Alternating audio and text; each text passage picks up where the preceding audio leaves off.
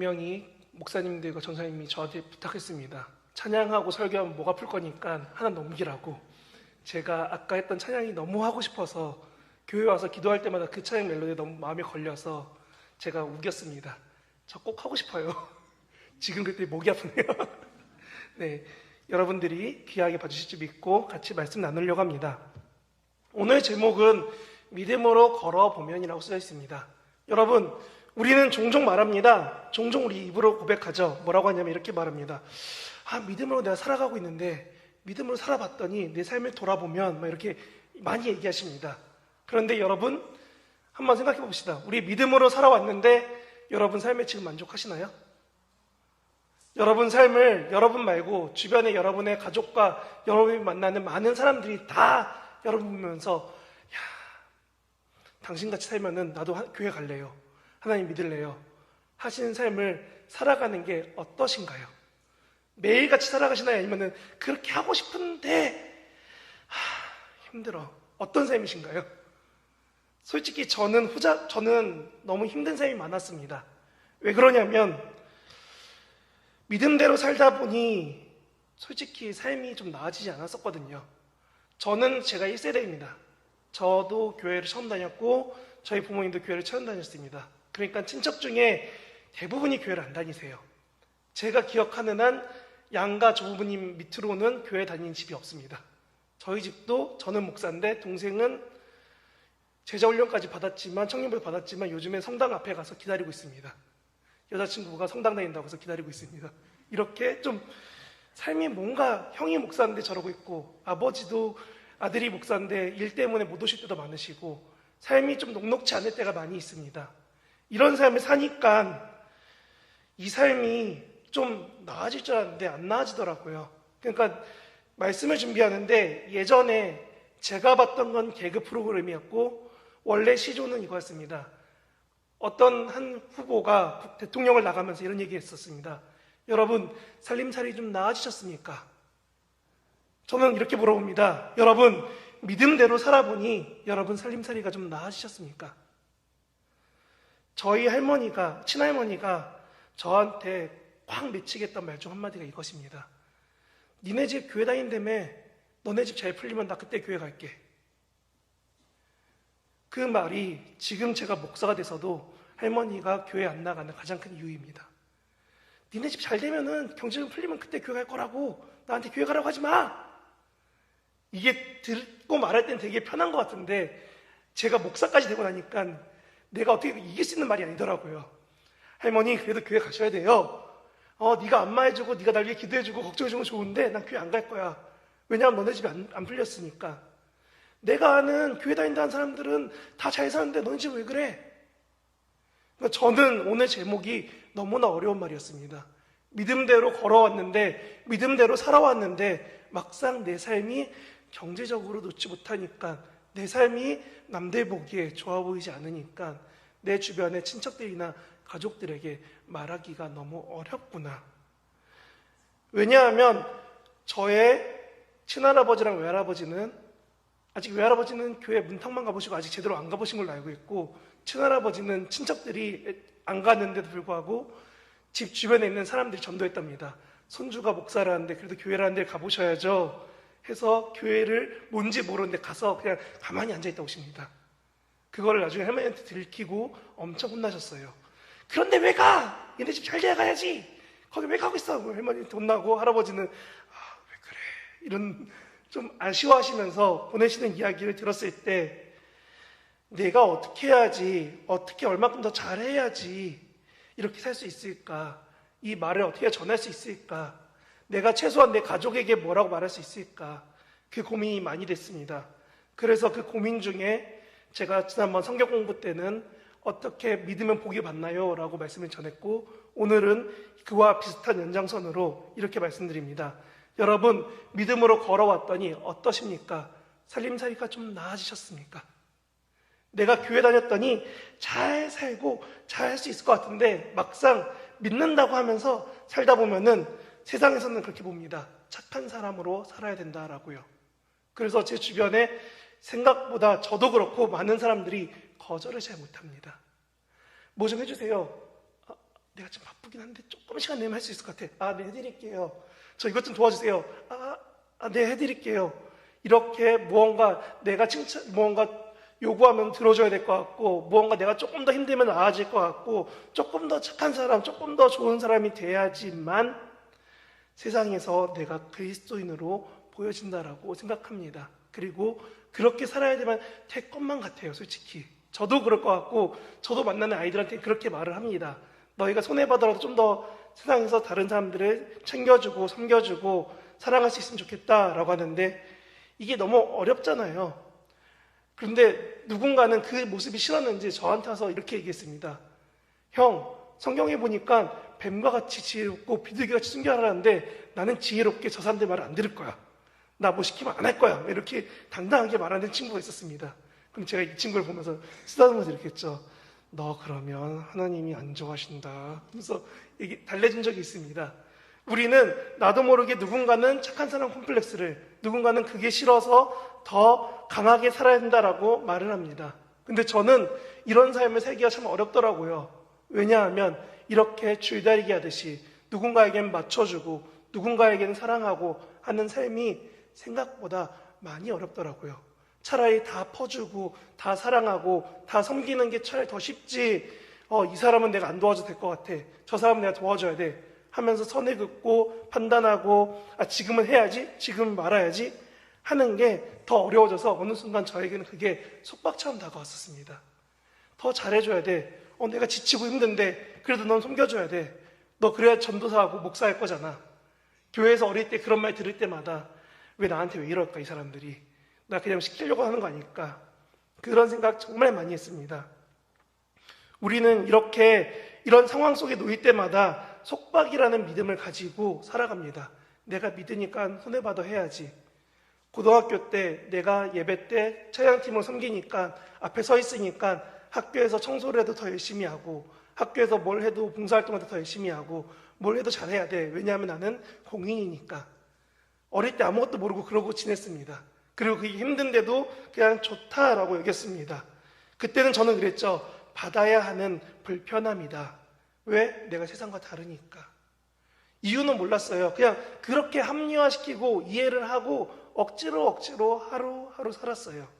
그랬더니 결국은 마음은 점점 더 어려워지는 겁니다. 내가 지쳤는데, 내가 힘든데, 내가 얼마나 더 이렇게 살아야 돼?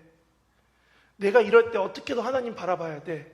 이게 제가 어린 시절 이렇게 담을 돕고 섬기고 교회를 위해 봉사하다가 들었던 저의 마음이었습니다. 하루하루 힘써 살고 평일에도 열심히 공부하고 일하고 막 했는데 주말에는 교회 와야 돼. 교회 오면 또 교회를 열심히 한다고 하면은 내가 언제 쉬지?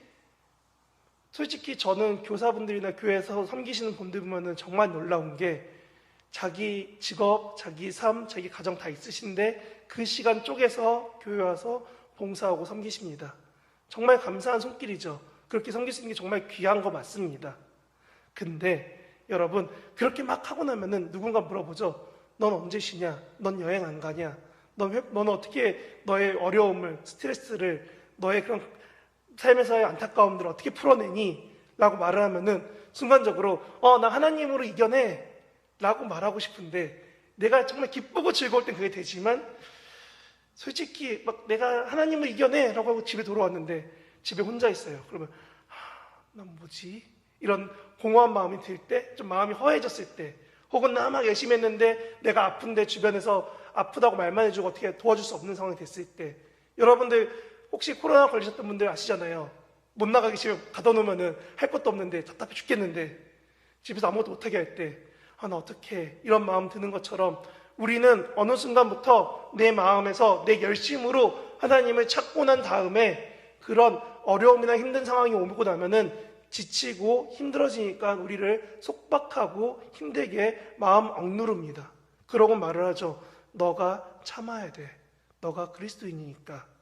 그리고 이 마음을 어떻게 토로합니까? 했을 때 누군가 저에게 말했습니다. 그때 새벽이던 아니면 조용히 혼자 교회 와서던 하나님을 찾으라고. 그 자리가 예수님이 40일 동안 시험당한 광야처럼 네가 하나님 만날 자리라고 말을 하고도 했습니다. 듣고선 되게 좋았죠. 어린 시절 저는 그 말 들으며 그래 나도 교회 와서 기도하면 될 거야 하고 기도를 했는데 솔직히 하나님이 저 목사인데도 불구하고 매일 기도할 때마다 바로 응답해 주지 않더라고요. 성재야, 오늘 너의 기도는 이 정도면 됐어. 라던가, 기도할 때마다 너 이렇게 했으면 좋겠어. 이런 말 하면 좋은데, 말씀은 그렇게 써 있잖아요. 너희는 여호와를 만날 만한 때에 찾으라. 가까이 계실 때 그를 부르라. 이사야 55장 6절에 나오는 말씀입니다. 근데 우리는 그렇게 여호와를 부르짖는데, 내 입으로 소리 고래고래 지르면서 찾는데, 막상 내 마음은 만나기가 너무 어려운 하나님을 만나고 있는 것 같습니다. 뭔가 부족한 것 같은데, 뭔가 힘든 것 같은데, 어떻게 할지 모르는 내 마음을 어떻게 해야 될까 했을 때, 저는 말씀 보면서 이렇게 떠오르더라고요. 내가 하나님 앞에 서려면 하나님 앞에 내 죄가 없어야 된다라고요.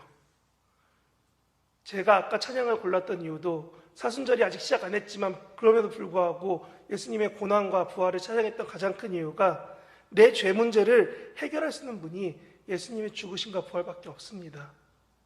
근데 우리는 이거를 믿는 게 아니라 이것보다 내가 그 믿으니까 라는 핑계하에 교회 와서 봉사하고 기도하고 성경 읽고 하나님 찾으면 되겠지라는 내 믿음보다 다른 게 더 앞서버리는 게 많아지더라고요.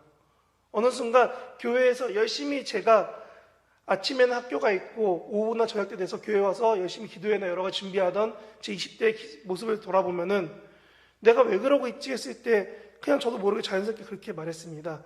이렇게 해야 하나님이 기뻐하지 않으실까? 날 이렇게 사랑하셨는데 교회에서 나를 이렇게 좋은 사람들 붙여줘서 챙겨주시고 같이 웃으며 예배할 수 있는데 내가 교회를 왜 이 정도는 해야지? 하나님을 믿는 믿음이 아니라 내가 이렇게 해야지 라는 생각이 저도 모르게 잡혀 있더라고요. 그래서 저는 어떻게 해야 될까? 오랜만에 말씀을 준비하는데 하나님이 이 마음을 벗어나지 못하게 하는 아까 할머니의 그 말과 이 내 어린 시절의 모습이 나를 힘들게 하는데 하나님 이 마음을 놓고 어떻게 말씀을 준비할까요? 하는데 오늘 말씀이 제가 말씀을 읽다가 보이게 됐습니다. 사실 오늘 말씀은 갈라디아서 5장 전반부 전체적인 내용입니다. 조금 더 말하면은 2절부터 15절까지 내용이 전체적으로 말씀을 읽고 나누고 싶은 내용입니다. 하지만 제가 13절을 읽은 이유는 13절이 제가 보기에 가장 무게를 줘야 돼.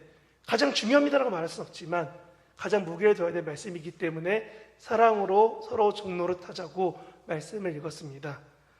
그러면 제가 왜 다시 2절부터 말을 하느냐? 우리가 열심히 내 뜻대로 살아도 안 된다는 게 4절에 나옵니다. 뭐라고 나오면 이렇게 나오죠. 4절에 이렇게 써 있습니다. 율법 안에서 의롭다함을 얻으려 하는 너희는 그리스도에게서 끊어졌고 은혜에서 떨어진 자다.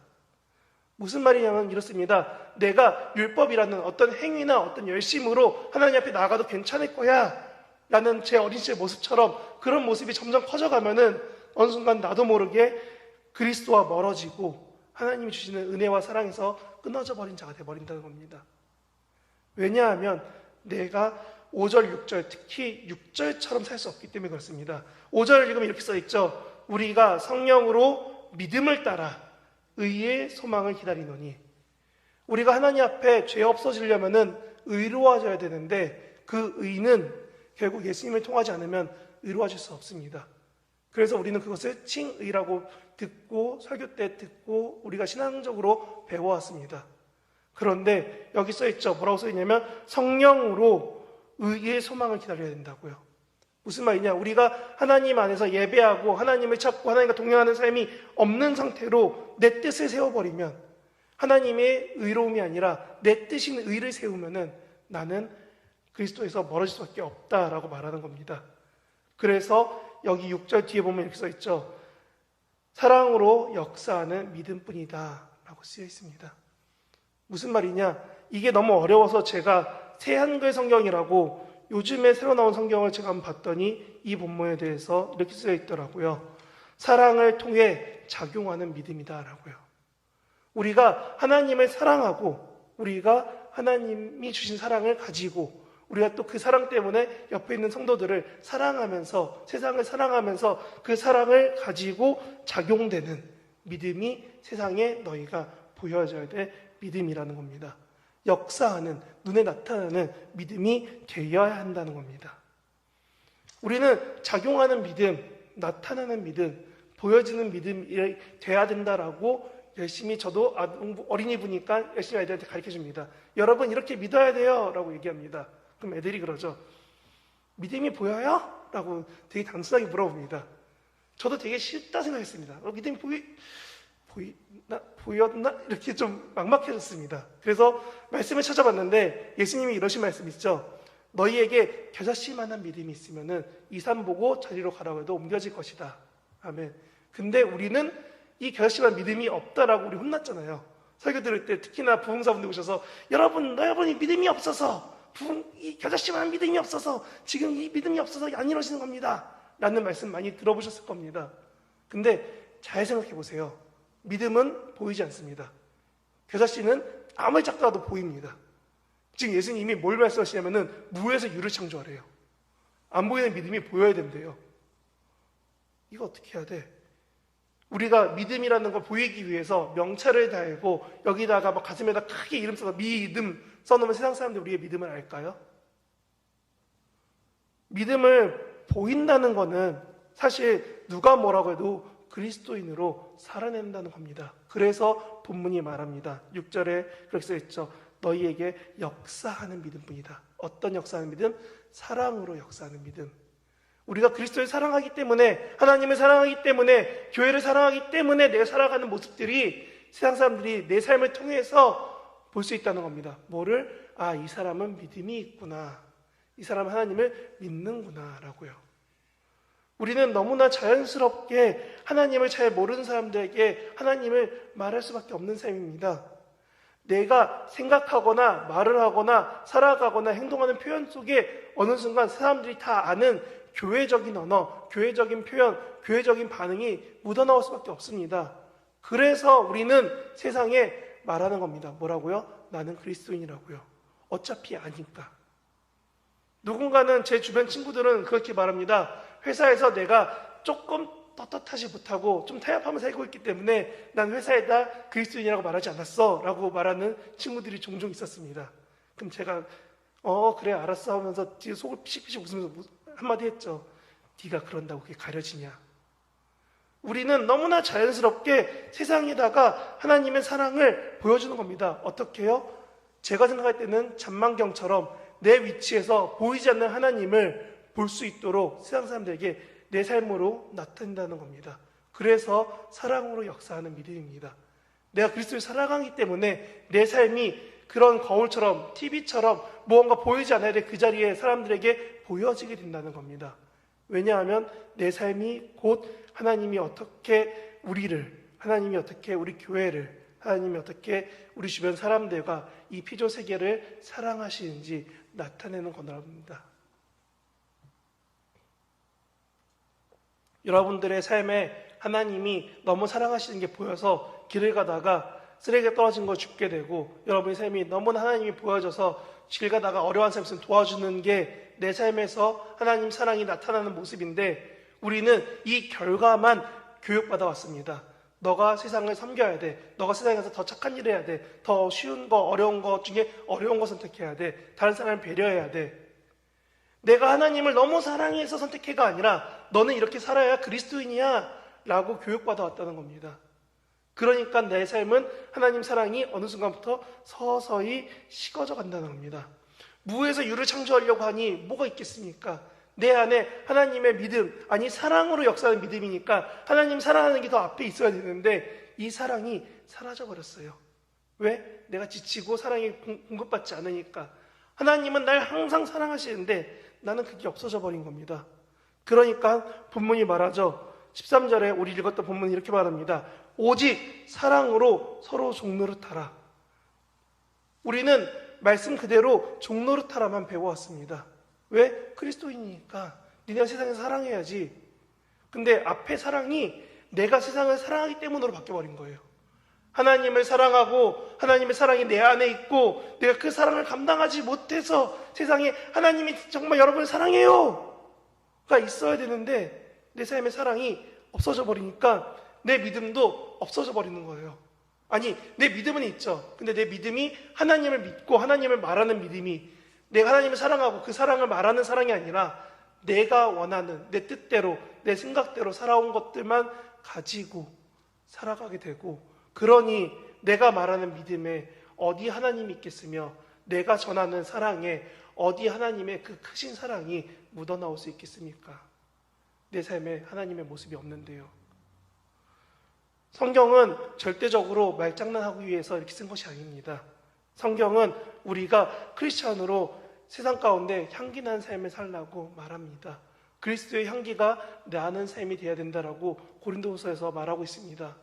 하지만 우리 삶에서 그리스도인으로 향기 내면서 살기보단 솔직히 그렇잖아요. 신호등 저거 내가 건너갈 수 있을 것 같네? 그냥 건너가 버리고, 여기서 신호등이 너무 멀어? 그럼 무단횡단하고, 차선 정도 이 정도야 뭐 지나가도 되지. 이런 사소한 약속들부터 시작해서 이건 타협해도 될 것 같아, 저건 타협해도 될 것 같아. 지금 젊은 세대의 가장 어려운 점 중 하나 이거잖아요. 집에서 핸드폰으로, TV로, 컴퓨터로, 유튜브로 예배드려도 되는데 내가 굳이 교회까지 왜 나와야 돼? 우리의 삶에 자그마한 타협들이 조금씩 묻어나오니까 내 삶에 묻어나와야 될 그리스도는 없고 내 삶에 내 뜻과 내 유익과 내 선택만 묻어나옵니다. 근데 그거를 세상 사람들은 모르지 않습니다. 단지 불편하지 않고 나와 싸울 필요가 없으니까 말하지 않죠. 저는 여기에 되게 중요한 부분이 있다고 생각합니다. 다시 말해, 불편해지면은 그들은 말을 합니다. 그들이 나와 갈등이 생기면은 그때부터 말을 합니다. 뭐라고요? 거참 교회 다니는데 사람이 왜 그래? 목사라는데 사람이 왜 저래? 전도사라며, 권사라며, 장로라며 왜 저래? 자기가 불편해지면은 상대방을 갑자기 교회 직분을 말하면서 말을 합니다. 그리고 무언가 언쟁을 할 때 이 사람의 직분을 말해주면 호칭이 높아지는 것 같으니까 갑자기 선생님, 사장님 이러면서 말이 바뀝니다. 세상 사람들은 내가 유리하고 내가 생각하고 싶은 대로 말을 합니다. 그리고 그 말을 듣고 우리가 돌아오면 생각하죠. 나 하나님한테 잘못했나? 하나님의 일을 먹칠했나? 아니면 교회 이름에 대해서 뭐 잘못한 거 아닐까? 오늘 본문은 말합니다. 너희가 자유해야 한다고요. 13절에서 이렇게 얘기했죠. 형제들아, 너희가 자유를 위하여 부르심을 입었으나, 이 말이 뭐냐면 너희가 율법 때문에, 너희가 여태까지 쫓아온 너희를束縛하려고 하는 그 많은 것들 때문에, 상황 때문에 그리스도를 못 바라보는 것이 아니라 그리스도만 바라봐야 된다라는 겁니다. 너희가 착해지고 호구가 되는 것이 아니라 너희가 하나님 사랑하기 때문에 섬길 수 있는 그 사랑에 집중하고 사랑에 바라보며 사랑으로 살아가야 한다는 겁니다. 근데 젊은 세대들은 이 말을 아까 말했던 착한 사람이 되고 호구가 되고 착한 사람 컴플렉스가 돼서 어느 순간 교회 오기 싫다고 말합니다.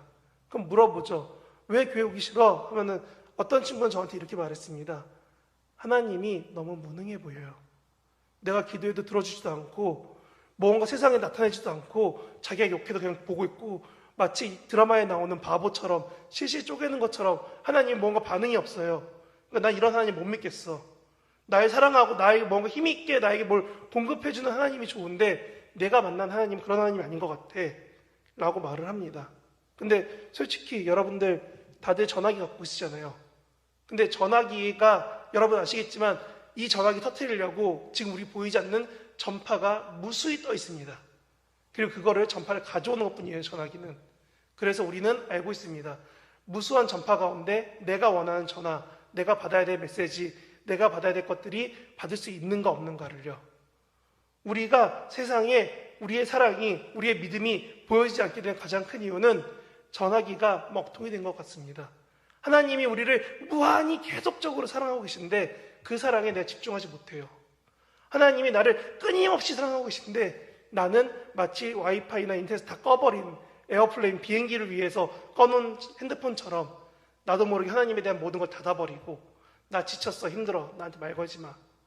내 마음을 닫아버리고 그러고 나서 세상에 살아가니 내게 도대체 어떤 정보가 들어오고 어떤 전파가 들어오고 어떤 삶을 살아갈 수 있겠습니까?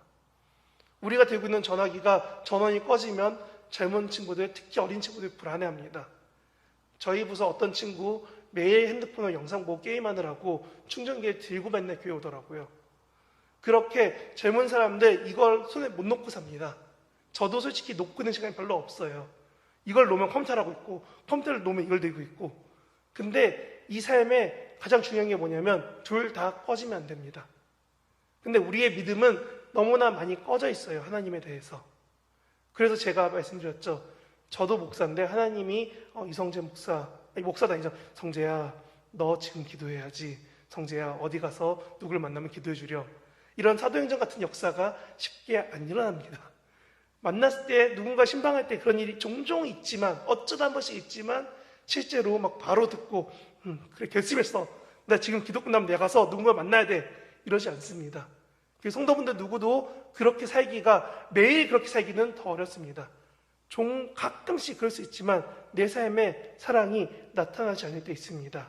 그러면 어떻게 해야 하나님 사랑이 나타날까? 어떻게 사랑하는 게 보여지는 믿음이고 어떻게 사랑해야 서로 종로로 타듯 사랑할 수 있을까? 고민이 될 때 14절에 이렇게 써 있습니다. 내 이웃 사랑하기를 내 자신과 같이 사랑하라. 이 말씀이 우리가 읽을 때는 하나의 말씀이지만 이 말씀을 갈라디아서 듣는 사람들은 다들 두 가지를 기억합니다. 하나는 원래 이 말씀이 쓰여져 있는 레위기 19장을 기억합니다. 그리고 또 한 가지는 복음서에 보면 예수님이 꼬박꼬박 하신 말씀 중에 마태, 마가, 누가의 동일하게 나오는 이야기가 이 이야기입니다. 말씀에 이렇게 쓰여 있습니다. 너는 유일한 하나님 여호와를 사랑하는데 힘을 다하고 뜻을 다하고 마음을 다하고 생명을 다해서 너의 하나님 여호와를 사랑하라. 이것이 첫째는 계명이요 둘째는 이것이니 내 이웃을 내 자신과 같이 사랑하라. 이보다 더 큰 계명은 없느니라. 아멘. 이 말씀을 누가 하냐면 율법을 많이 연구한 학자가 와서 물어본 겁니다. 내가 구약을 많이 공부했고 이거에 대해서 더 많이 신학자처럼 목사처럼 많이 공부했는데 공부하고 났더니 가장 중요한 계명이 뭡니까? 말씀에서 가장 중요한 게 뭔 것 같아요? 라고 예수님한테 물어봤어요. 그때 예수님이 하신 말씀이 너는 마음을 다하고 뜻을 다하고 힘을 다하여 어떻게 하라? 하나님을 사랑해라. 그 다음이 뭐라고 하냐면 둘째는 이것이니, 앞에 거는 신명기 6장입니다. 근데 둘째는 이것이 하면서 하신 말씀이 레위기 19장 말씀하시면서 내 이웃을 내 자신과 같이 사랑하라. 내 자신과 같이 사랑하라면 우리나라 사람들 조금 쉽게 생각합니다. 그래서 여기 계신 분들의 나이대를 생각해서 저는 이렇게 전합니다. 여러분, 내 자식과 같이 사랑해라. 가능하십니까? 옆에 계신 분을 내 몸이 아니라 내 자식과 같이 사랑해라. 말 안 듣고 잔소리 할 수밖에 없게 만든 상황 가운데서도 내가 자녀를 사랑하듯이 얘가 자식인지 왼수인지 모를 것 같이 힘들게 하는 이 자녀를 사랑하듯이 내 주변에 내가 만난 사람들을 여러분들이 사랑해야 된다라는 겁니다. 우리나라 표현대로 하면은 내 자신보단 내 자식이 더 와닿는 표현 같습니다. 왜냐하면 그렇게 안 하면 너무나 사랑하기 힘들기 때문에 그렇습니다. 그리고 그렇게 사랑하면은 옆 사람을, 주변 사람을 여러분들도 종로로 타듯 사랑할 수 있습니다. 이 시간 한번 잠깐 옆에 사람들 한번 바라보실게요. 주변 사람들 한번 바라보시면서 한번 인사해 볼까요? 주의 사랑으로 당신을 사랑합니다. 자, 진짜로 할 수 있으세요? 방금 제가 했잖아요. 주의 사랑과 사랑이 어떻게 한다고요? 내 자신처럼, 내 자식처럼 사랑한다고요. 제가 저희 부서 선생님들한테 계속 말씀드립니다. 아이들이 뭘 해도 제발 이 아이들 그냥 사랑해 주세요. 예수님이 이들을 나중에 어떻게 이끄실지 기대하면서 같이 기도해 주시고 사랑해 주세요라고 저희 선생님들한테 말씀드립니다. 왜냐하면 저도 가끔씩 보면은 애들이 막 돌아다니면은 하나님, 내가 설교 까먹을 것 같아요. 좀 도와주세요. 이런 마음 들거든요.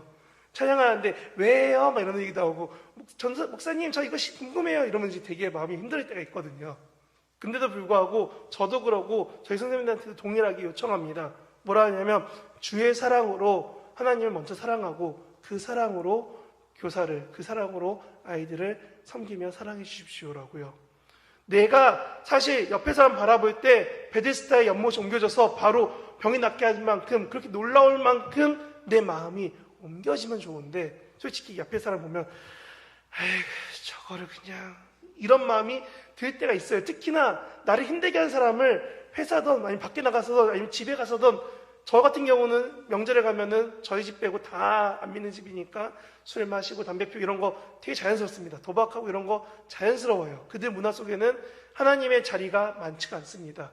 그럼 그거 보면서 제가 아들이 목사인데, 손주가 목사인데 저러고 있어야 돼? 란 말 할 수 없습니다. 그러면 그때마다 제 마음이 저들도 사랑하시겠지란 마음보다는 나 오늘 언제 가지? 이런 마음이 솔직히 많이 들어요. 저도. 그렇기 때문에 저는 여러분에게 말합니다. 내 자식과 같이, 내 몸과 같이 사랑하셔야지만 15절에 이르립니다. 오늘 본문이 2절부터 15절까지라고 제가 말씀드렸던 가장 큰 이유는 15절에 써 있습니다.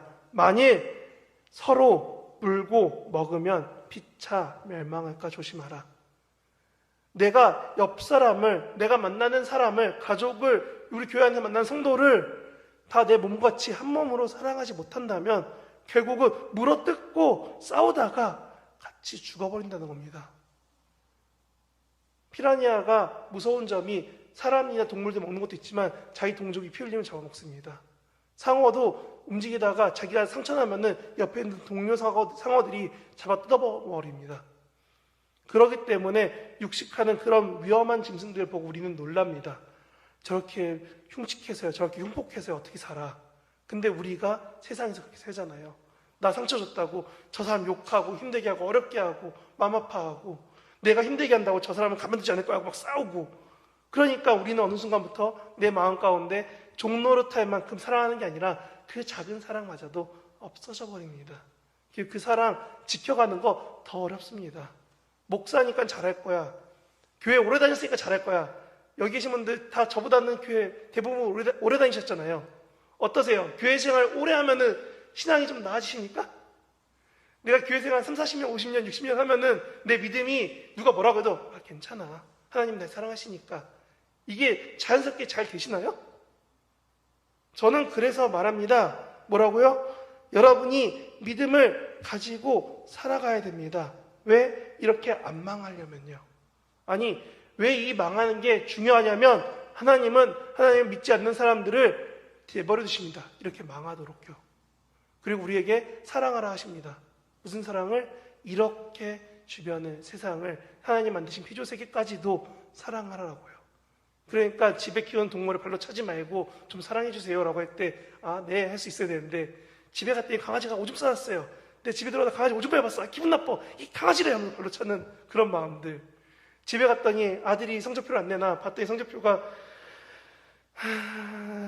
너 이래서 먹고 살겠니? 이런 마음 든다고 아들한테 뭐라고 했어.